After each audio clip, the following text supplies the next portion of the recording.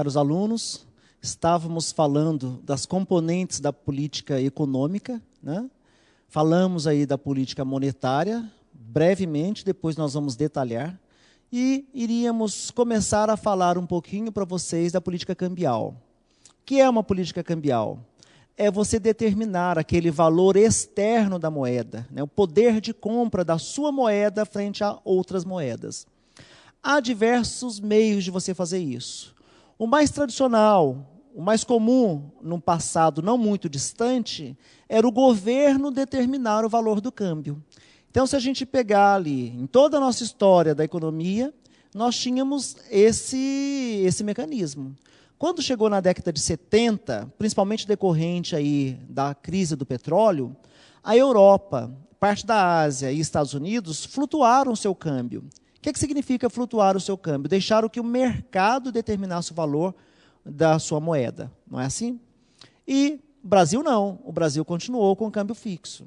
Recentemente, o Brasil flutuou com o seu câmbio. Vamos estudar, então, os 3 modelos básicos de proposta aí de modelos de taxas cambiais. Primeiro, e o mais tradicional, este aqui, câmbio fixo. Então, neste câmbio fixo, a gente tem o seguinte: o governo determina totalmente o valor do câmbio, por canetada, ou seja, um gesto político. Não guarda relação direta com uma decisão técnica e econômica. É um gesto, pode ser, melhor dizendo, um gesto político. Aliás, China é o maior exemplo de um grande país que tem ainda este modelo vigente. Os outros países não gostam muito. Por quê? Porque esse modelo tem uma vantagem, pode ter uma vantagem para o país, que é o seguinte: você deixa de modo artificial os seus produtos mais competitivos. Basta eu mudar o câmbio. Então, o produto tem o mesmo custo interno, porém, externamente vai ser muito mais barato. Não é assim? China faz isso. Muito do poder de negociação que ela tem, ou melhor, o poder financeiro que ela tem, vem aí da questão das suas exportações estarem sendo feitas com um câmbio que é ditado de modo, entre aspas, aí, artificial. Por que artificial? Porque não depende, não sabemos se é o mercado que quer aquele valor. Não há um equilíbrio com o mercado. Definindo que câmbio é esse. Se ele tem tanta vantagem assim para o país, Ricardo, por que todo mundo não adota? Porque ele tem uma enorme desvantagem, que é o seguinte: já que o governo determinou o valor do câmbio, ou seja, quantos reais eu precisaria para poder comprar $1, por exemplo, o outro lado também é verdadeiro.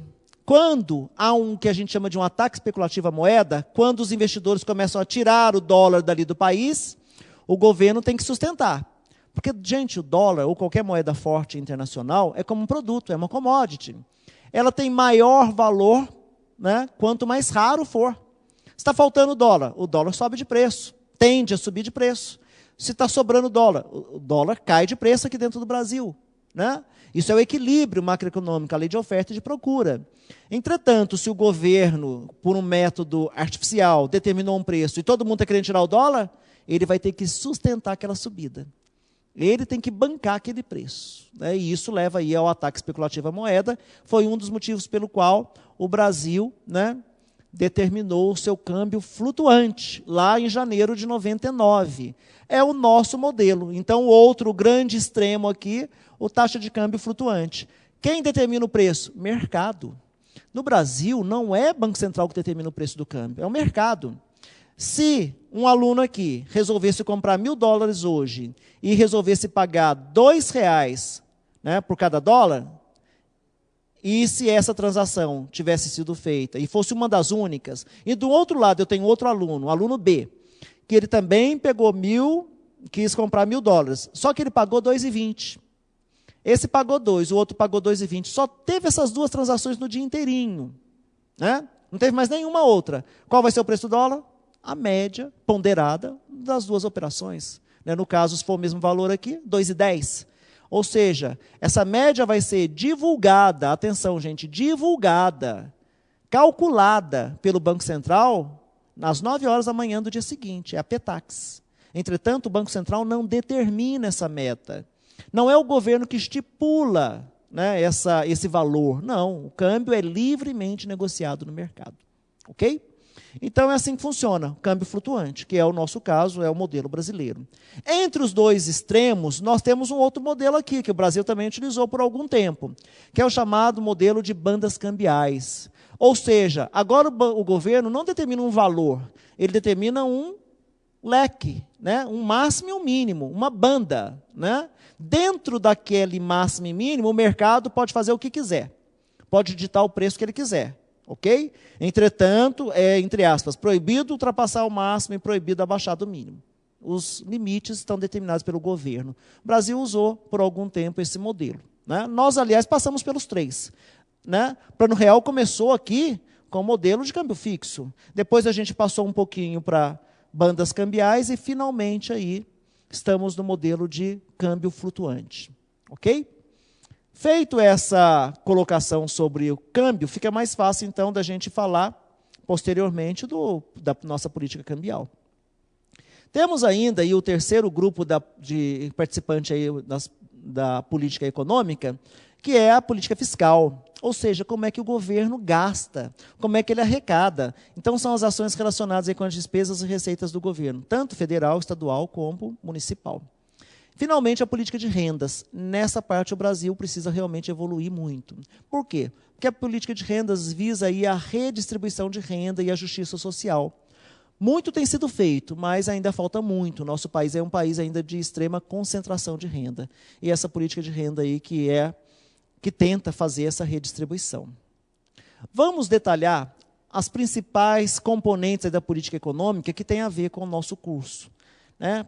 Primeiramente, política monetária. Muita atenção, cai em praticamente toda a prova. Se você souber a conceituação aqui, ajuda muito. Ela representa, então, o gerenciamento estratégico do volume de moedas no mercado financeiro. O quanto eu vou deixar de moeda ali? Como é que eu vou gerenciar essa quantidade de dinheiro? É realizado pelo Banco Central e tem um objetivo que não é trivial, não é fácil de conseguir, que é o objetivo de alcançar as metas de inflação e do nível de atividade econômica. As duas coisas. Pensa bem, eu posso conseguir controlar a inflação, mas adianta eu controlar a inflação e matar a economia? Não. Eu tenho que, ao mesmo tempo, manter um desenvolvimento econômico e economia. Esse é um desafio que é proposto aí ao Banco Central. Por falar em inflação, a gente tem que ponderar o que é inflação. Gente, inflação é a corrosão do poder de compra da moeda. Se eu vou num restaurante e compro hoje, né, uma refeição por R$10, se daqui a um mês eu volto nesse mesmo restaurante e vou comprar a mesma refeição e ela está custando 12, teve inflação. Ou seja, os meus R$10 não compram mais a mesma coisa. A minha moeda perdeu o seu valor. Então, a inflação tem a ver com essa corrosão do poder de compra da moeda. Diferente de juros. Taxa de juros tem a ver com o poder, né, com o custo da moeda, com o quanto vai me custar aquela moeda. Normalmente, os juros é cobrado contra você quando você está precisando emprestar dinheiro. Eu não tinha condição de gastar, mas eu estou precisando comprar um carro novo, eu vou financiá-lo. Portanto, vou pagar juros. Se alguém está guardando dinheiro, deixando de consumir, né, ele vai receber juros, porque ele está postergando o seu consumo. Né? É o que a gente chama de visão utilitarista da moeda. Feita essa distinção, vamos também falar aí dos 3 tipos básicos de inflação. Tem a inflação de demanda. Inflação de demanda é quando está todo mundo procurando determinado objeto, não tenham dúvidas, ele sobe de preço. Pode ser o que for. Né? Eu costumo brincar que pode ser uma porcaria. Se todo mundo está querendo, a porcaria fica cara. Né? É assim que funciona na economia. Lei de oferta e de procura. Está faltando um produto, sobe o preço. Não tenham dúvidas. Segundo tipo de inflação de custo. Se eu tenho uma matéria-prima para fabricar alguma coisa e aquela matéria-prima dobrou de valor, ou eu subo o preço do meu produto, ou eu quebro. Não é assim? Tanto mais fácil subir o preço do produto, quanto menos competitivo for aquele mercado que eu esteja. Se eu sou o único fabricante de um produto, só eu faço, pode dobrar o preço da minha matéria-prima que eu vou conseguir repassar para os preços, integralmente. Agora, se eu tenho lá vários competidores fabricando produtos semelhantes, eu começo a subir o meu preço e o outro não sobe, a freguesia vai toda para o outro. Então, isso tem a ver aí com o grau de competitividade do setor que a gente esteja falando. Mas a inflação de custo é, né, muito importante a gente estudar. Ela foi a causa básica aí da inflação nos anos 70, né, com a crise do petróleo. De um dia para o outro, os grandes produtores de petróleo triplicaram o preço desse produto, né? E isso causou uma série de problemas aí no mundo inteiro. Foi, aliás, o que fez flutuar o câmbio em grande parte do mundo. E, aliás, fez subir a nossa dívida externa, né? Aliás, a América Latina inteira.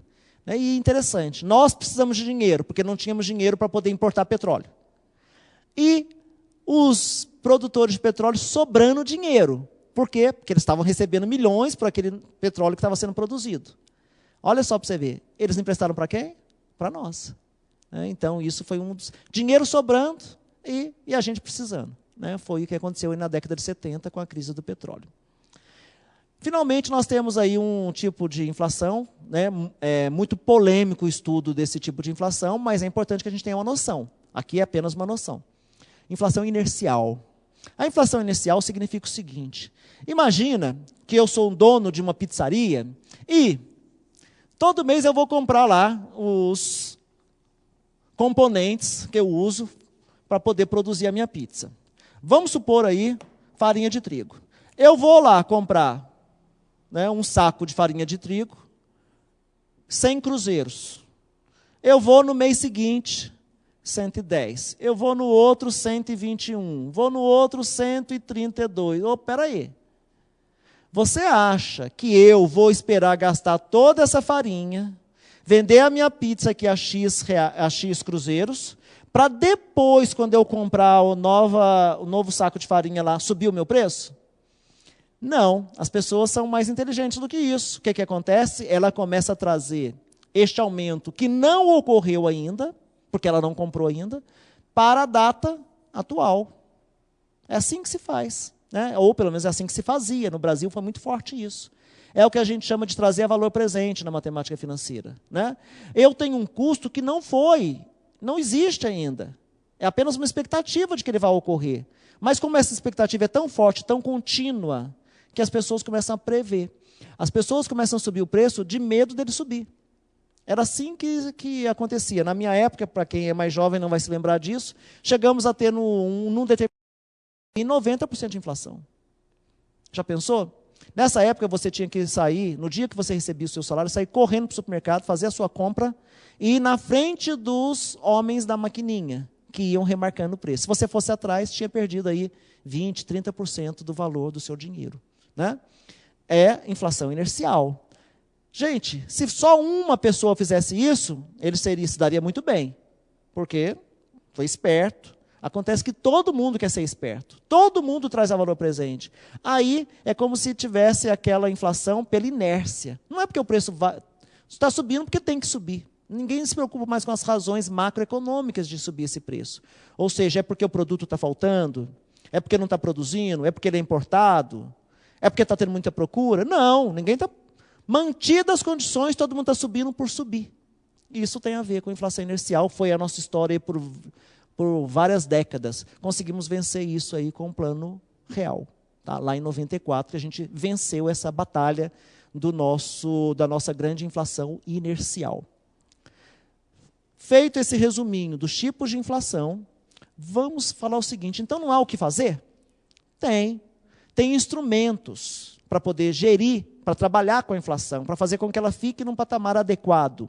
Esses instrumentos aí que o Bacen se utiliza, ele se utiliza de diversos. Para a nossa prova, é importante que a gente saiba o que a gente chama de instrumentos clássicos de política monetária.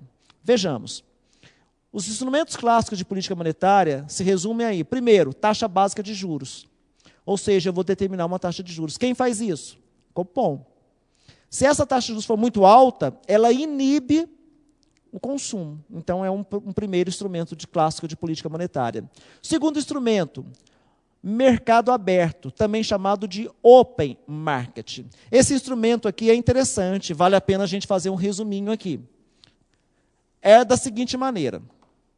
Atualmente, eu tenho o Tesouro Nacional, ele emite títulos públicos federais que vão financiar a nossa dívida, né, interna.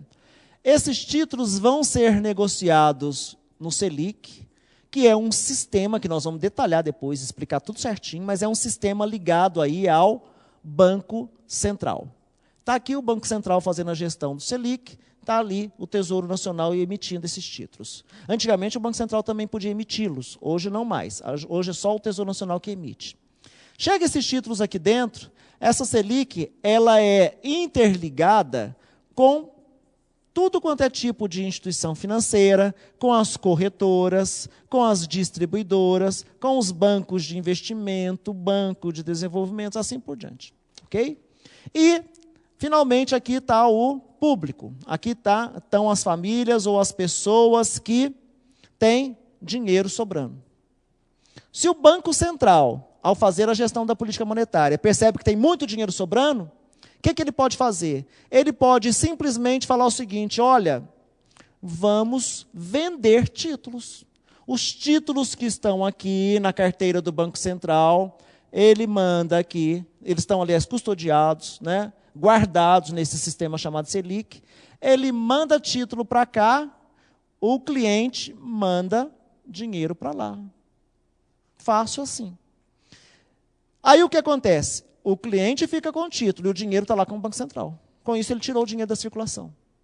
Diminui. É instantâneo, é muito rápido. Esse é um instrumento de política monetária mais rápido que existe. Ok? Depois, ali, nós temos o depósito compulsório, que vale a pena também a gente fazer um resuminho aqui, porque nem todo mundo conhece o que é depósito compulsório. Depósito compulsório significa depósito obrigatório. Então, como é que funciona isso? Funciona da seguinte maneira. Está aqui a instituição financeira e está aqui o Banco Central. Ok? A instituição financeira, todos os dias, todos os momentos, ela tem que ter dinheiro suficiente para fazer frente às saídas de recursos. E pode acontecer, eventualmente, dessa instituição financeira estar com falta de dinheiro. Tem alguém querendo fazer um saque lá de 20 milhões? Não estou dizendo saque, gente, apenas em cash, em moeda, não. Uma transferência, por exemplo, eletrônica, tá? Pode ser um dinheiro escritural, virtual, não é assim? Não precisa ser só em dinheiro em espécie, não. E ela não tem esse dinheiro. O que ela precisa fazer? Emprestar. Ela pode, primeiramente, emprestar dos pares, ou seja, das outras instituições. Eu tenho aqui a instituição A e a instituição B. Ela pode pedir dinheiro emprestado B. A instituição B manda o dinheiro para cá e ela manda o quê? Garantia para lá. Garantia é títulos públicos federais também. Esse caso aqui é chamado de uma operação interfinanceira. Com isso, é o chamado de depósito interfinanceiro. É o famoso DI. Antigamente a gente falava CDI, porque havia um certificado. Certificado de depósito interfinanceiro. É o custo que a instituição financeira tem para captar um dinheiro no mercado se ela precisar. Ok?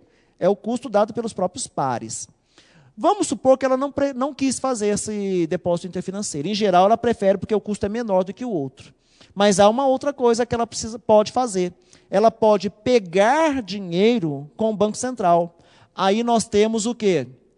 Manda títulos para lá em garantia e o Banco Central manda para cá dinheiro. Ok? Isso é chamado de operação de redesconto. Então, aqui é operação interfinanceira. E aqui, redesconto. Ok? Essa é uma sistemática aí para a instituição financeira precisar de dinheiro. Então, no instrumento clássico de política monetária, se a taxa de redesconto estiver muito alta, não vai valer a pena pegar dinheiro do Banco Central. Por isso, a instituição não vai querer ficar emprestando tanto dinheiro. Com isso, a instituição ela vai guardar mais dinheiro para si mesma, para ter uma segurança. E diminui a quantidade de dinheiro em circulação na economia. Ok? Se fosse muito baixa essa taxa, abaixo da Selic, por exemplo, o que ia acontecer? Todo mundo ia emprestar dinheiro do Banco Central. Ele estava irrigando a economia. Ok?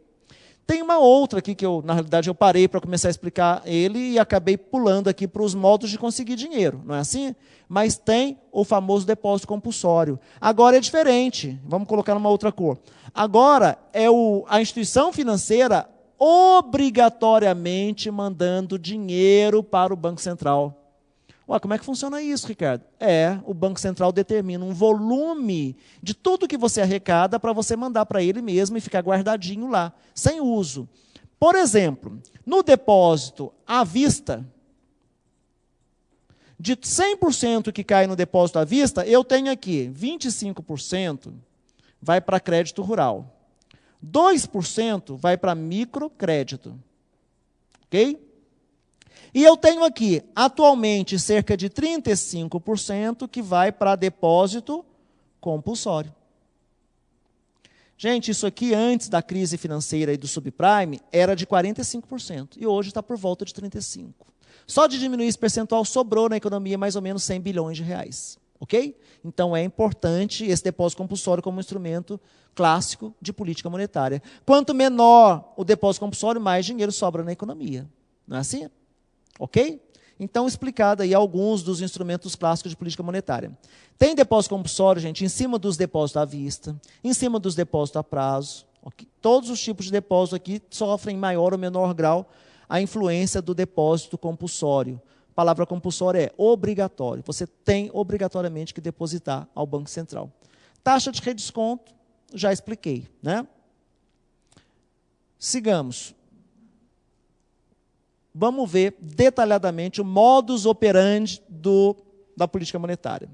Primeira coisa, a nossa política monetária tem nome. Né? A nossa política monetária se chama Política Monetária de Meta Inflacionária, ou de meta de inflação. Significa o seguinte, eu tenho uma meta a alcançar. Que meta é essa? A inflação. Eu tenho que ficar dentro daquela meta de inflação. Quem determina essa meta? CMN. Atenção, pegadinha, de quanto em quanto tempo? Muita gente tende a dizer, 45 dias, ou então mensalmente. Não, é anualmente. E atenção, sempre com previsibilidade de 3 anos. Sempre com antecipação de 3 anos. Nós já temos definido qual é a meta dos próximos 3 anos em termos de inflação. Inflação é corrosão do poder da moeda. Então, nós temos que achar um padrão para isso. Qual é o padrão? Além da medida da meta, eu tenho um padrão. E o padrão é medição pelo IPCA, Índice de Preço ao Consumidor Ampliado. São pegos os preços, né? O IBGE é quem faz essa medição, vai lá nos supermercados, pega uma série de produtos e vai, né, anotando os valores. Daqui um mês volta e assim por diante. Então ele vai levantando, né, os valores e com isso ele vê essa inflação. Esse IPCA é para famílias que ganham de 1 salário mínimo até 40. Então, olha, é um trabalho estatístico muito difícil de ser feito. Desde uma pessoa que ganha R$510 até uma pessoa que ganha aí praticamente, né, vamos lá, 40 vezes 5, 20 mil reais. Tem que ser a mesma medida. Pensa bem, se o feijão dobrar de preço, e eu adoro feijão, se eu ganhar um salário mínimo, provavelmente eu vou ter que diminuir o consumo de feijão. Dobrou o preço, vai fazer falta nas outras coisas que eu também gasto durante o mês. Agora, e se eu ganho 20 mil? Eu vou comer feijão à vontade, não vai fazer diferença para mim. Então, a estatística une essas duas coisas. Dá uma medida só que sirva tanto a esse quanto àquele. Né? Então, é importante o trabalho estatístico. E essa meta foi definida em 4,5% numa das reuniões do CMN, né? Sempre com antecipação aí de 3 anos. Pode ser alterada essa meta? Pode. Mas não é bom que se altere. Se eu ficar mudando o alvo toda hora, quando eu não consigo acertar no alvo, perde a credibilidade. Então, é melhor que ela fique, né, sempre ali, né, sem grandes alterações na meta. O que acontece é o seguinte, se não se conseguir cumprir a meta, tem consequências. Né? Então, vamos ver aí o segundo passo. Se o CMN, que faz a regulação, determina a meta, quem é que vai executar? Lembra? Banco Central. Então, o Banco Central vai executar, vai fiscalizar, vai regular, vai fazer acontecer. Ele faz isso de que maneira? Por intermédio do que a gente chama de Copom, Comitê de Política Monetária. Então, olha, CMN, os 3 ministros lá, ministro da Fazenda, ministro do Planejamento e presidente do BC. E o Copom, diretores do Banco Central. Então, o Copom é um comitê dentro do Banco Central. Os diretores que têm a ver com áreas relacionadas à política monetária. Esses diretores, em 2 dias, durante uma semana, né, terça e quarta-feira, eles se reúnem. No primeiro dia fica todos os diretores mostrando números, gráficos, etc. E no segundo dia vai se votar qual é a taxa de juros que se acha adequada para a economia. Pensa bem, aqui nós não estamos falando mais de inflação, estou falando de taxa de juros para vencer a inflação, ou para controlar a inflação, melhor dizendo. Não é? Essa meta da taxa de juros, então, ela é determinada aproximadamente a cada 45 dias, não é exatamente, é aproximadamente, e, né, na lei diz, 8 vezes ao ano são as reuniões ordinárias do Copom. São reuniões que acontecem com a frequência já determinada, né, no ano anterior, ok? Vocês acham que os diretores do Banco Central chegam lá e ficam em torno de uma bola de cristal, tentando adivinhar qual vai ser o futuro para determinar a taxa de juros? Sem chance.